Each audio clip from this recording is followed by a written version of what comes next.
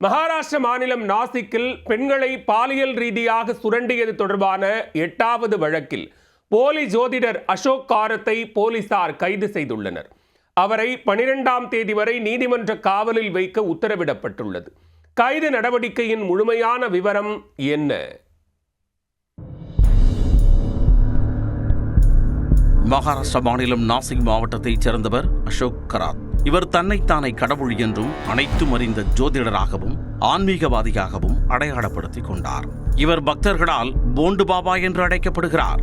இந்நிலையில் பெண் ஒருவர் அளித்த பாலியல் வன்கொடுமை புகாரின் பேரில் காவல்துறையினர் அசோக் கராத்தை அதிரடியாக கைது செய்து விசாரணை நடத்தினர். பெண்ணை மிரட்டியது, பாலியல் வன்கொடுமை, கருக்கலைப்பு உள்ளிட்ட பல்வேறு பிரிவுகளின் கீழ் வழக்கு பதிவு செய்த காவல்துறையினர் தொடர்ந்து விசாரணை நடத்தி வந்தனர். இதனிடையே இந்த வழக்கை சிறப்பு விசாரணை குழுவுக்கு மாற்றி மகாராஷ்டிரா மாநில அரசு உத்தரவிட்டது.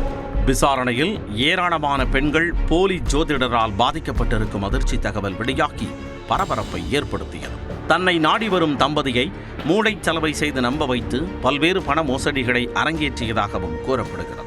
பெண்களின் கணவர்களை அலுவலகத்திற்கு வெளியே உட்கார வைத்துவிட்டு பெண்களிடம் பாலியல் ரீதியாக அத்துமீறிய சிசிடிவி காட்சிகளும் வெளியாகி பெரும் சலசலப்பை ஏற்படுத்தியது. என்ற சூழலில் அடுத்தடுத்து என அவர் மீது புகார்கள் குவிந்த வண்ணம் இருந்தன. நாசிக் போலீசாரின் சிறப்பு விசாரணை குழு தற்பொழுது 8வது வழக்கில் காரத்தை கைது செய்துள்ளது. காரத்தை காவலில் வைக்க கோரி நீதிமன்றத்தில் ஒரு மனுவையும் தாக்கல் செய்தது. நீதிமன்றம் தேவையான அனுமதியை வழங்கிய பிறகு 7வது பாலியல் வழக்கில் சிறையில் இருந்த காரத்தை சிறப்பு விசாரணை குழு தன் காவலில் எடுத்துக்கொண்டது.